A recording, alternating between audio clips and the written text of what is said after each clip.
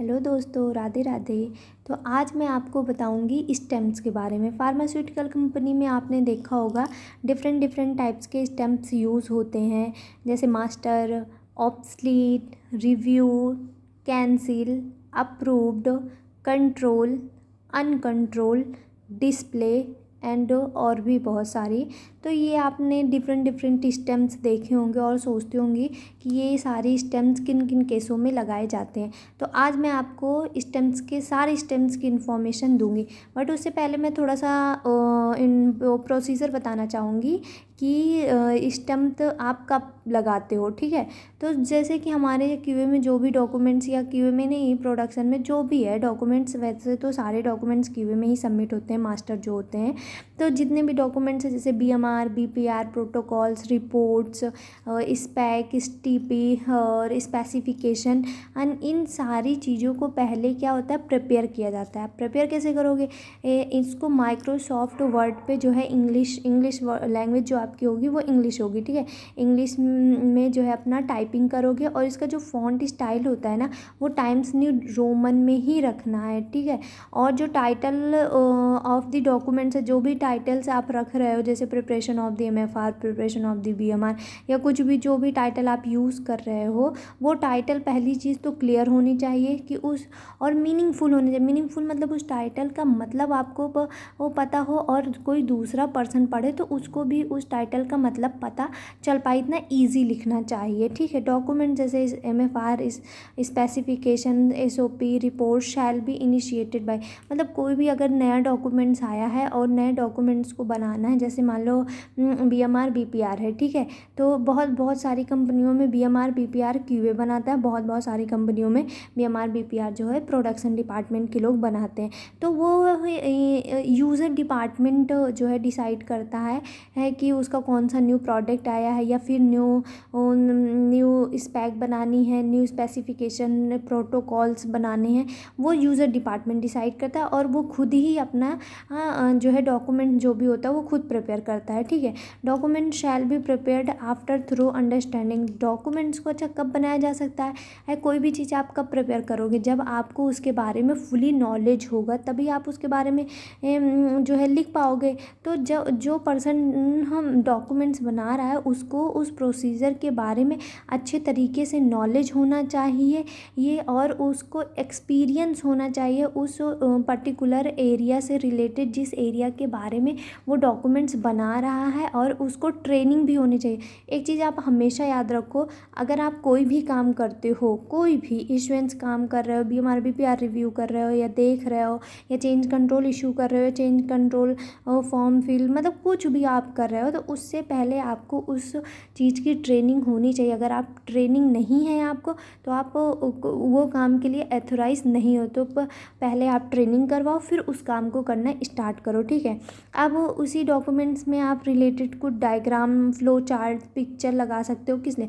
एक better understanding के लिए आप उस पर्टिकुलर अपने डॉक्यूमेंट्स में डायग्राम्स भी लगा सकते हो, फ्लो चार्ट भी लगा सकते हो, ताकि हम अच्छे तरीके से आसानी से उस डॉक्यूमेंट्स को समझ सकें। ठीक है, अब जो है जो इनिशिएटर होता है, सबसे पहले वो अपने डॉक्यूमेंट्स को कंप्लीट करेगा। कंप्लीट करने का मतलब है कि वो ड्राफ्ट प्रिपेयर करेगा। ठीक है, ड्राफ्ट का मतलब है कि रिव्यू करवाने के लिए, क्यूए को रिव्यू करवाने के लिए सबसे पहले ड्राफ्ट प्रिपेयर होता है। तो उस ड्राफ्ट को क्या करेंगे, उस हार्ड कॉपी में वाटर मार्क लगा कर ड्राफ्ट का वो क्यूए में देंगे। क्यूए में जो बैठा होगा, या रिव्यूअर हो सकता है, उसका कंसर्न डिपार्टमेंट जो है वो मतलब उसका एचओडी पहले रिव्यू करे। हाँ, रिव्यूअर को पहले रिव्यू कराना है।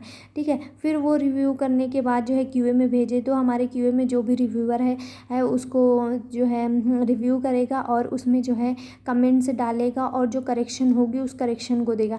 फिर जो है उस करेक्शन को जो है, जो यूज़र डिपार्टमेंट जिसका डॉक्यूमेंट्स है, उस करेक्शन को वो कंप्लीट करेगा, उस करेक्शन को सही करेगा, जो भी कमेंट्स है उसको वो देखेगा, और कमेंट्स वगैरह को सही करने के लिए फाइनल वो कॉपी निकालेगा मास्टर के लिए। मास्टर करवाने से पहले 4 टाइप्स के वैसे साइन होते हैं कि डिफरेंट कंपनीज मतलब अपने डिफरेंट डिफरेंट मतलब साइन डेट को फॉलो करती है, जैसे prepared by, reviewed by, checked by and approved by. वैसे 4 ही होते हैं। फिर उस पर क्या होंगे, साइन होंगे।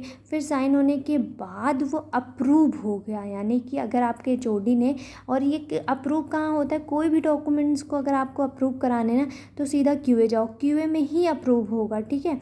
रिव्यू होने के बाद, चेक्ड होने के बाद जो है वो क्यूए का एचओडी जो है उसको अप्रूव करेगा, ठीक।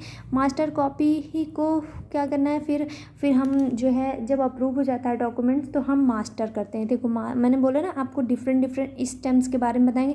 पहले स्टेम्स ये आ गई मास्टर, फिर हम उसको मास्टर करेंगे। मास्टर का मतलब होता है कि स्टैंडर्ड हमारे पास है, मास्टर है। मास्टर हमेशा क्यूए के पास ही सबमिट होता है और कहीं पे भी सबमिट नहीं होता है।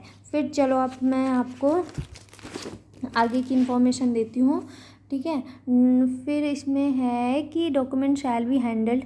कोई भी डॉक्यूमेंट्स अगर आप बना रहे हो ना तो उसको जो है विथ केयर हैंडल करना है आपको।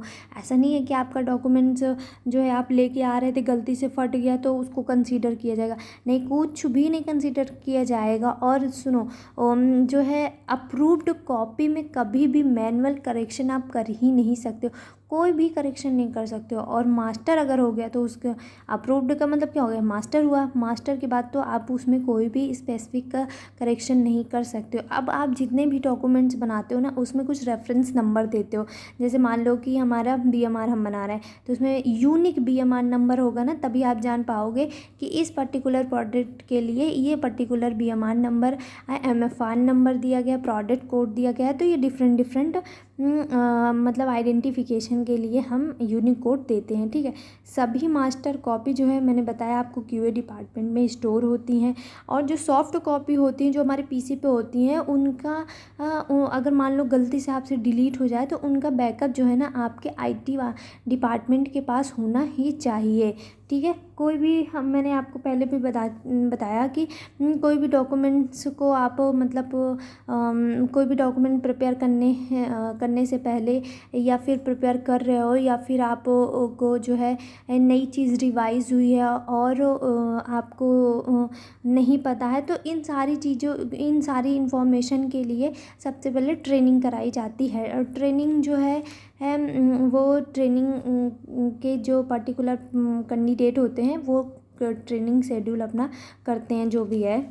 अब मैं बताऊंगी मास्टर स्टेम्प्स क्या होती है। अब मैंने देखो कितने टाइप के स्टेम्प्स लिखे हैं। मास्टर स्टैम्प हो गई, कंट्रोल स्टैम्प हो गई, एडिशनल स्टैम्प्स हो गए, और इधर है हमारा डिस्प्ले स्टेम्प्स हो गई, reference copy stamps, uncontrolled, obsolete, cancel and approved. तो फिर अब मैं पहले आपको बताऊंगी मास्टर स्टेम्प्स क्या होती है। मास्टर स्टेम्प्स का मतलब है अप्रूवल के बाद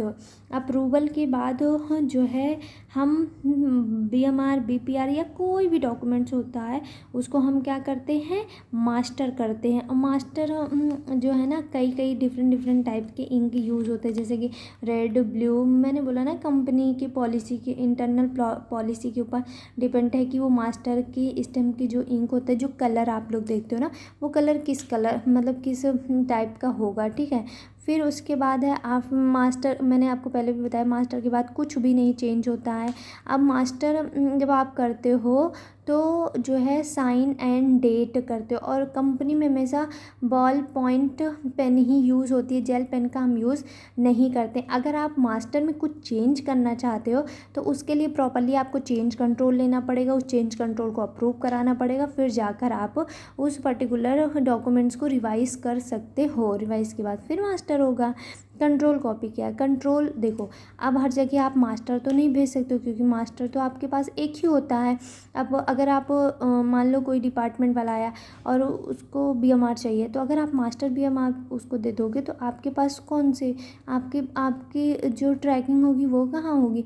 इसीलिए कंट्रोल स्टैम्प बनाए गए हैं कि जो भी मास्टर कॉपी हैं उनकी फ़ोटो कॉपी करके जो भी डॉक्यूमेंट्स हैं उनकी मास्टर कॉपी करके एक कंट्रोल की स्टैम्प लगा कर साइन डेट करके, कई कई जगह पे देखो साइन डेट होते भी हैं, कई कई जगह साइन डेट नहीं भी होते हैं, ठीक है। तो वही इंटरनल पॉलिसी के ऊपर डिपेंड है कि वो किस टाइप के कंट्रोल स्टैम्प यूज़ कर रहे हैं, ठीक है। अब एडिशनल पेज, एडिशनल पेज में क्या है एडिशनल पेज का मतलब है कि एडिशनली कोई उनको एक्स्ट्रा एंट्री करनी हो तो वो पर्टिकुलर पर्सन जिनको मतलब कंसर्न पर्सन जिनको रिक्वायर्ड होती है वो इशू करवाते हैं, ठीक है। तो वहाँ पे हम क्या करते हैं, एडिशनल पेज को लगाते हैं, पहले हम रिक्वेस्ट एक्सेप्ट करते हैं, फिर अप्रूव कराते हैं, फिर उनको एडिशनल पेज देते हैं एडिशनल के स्टैम्प लगा के, ओके। फिर मैं आपको बताऊंगी डिस्प्ले कॉपी के बारे में।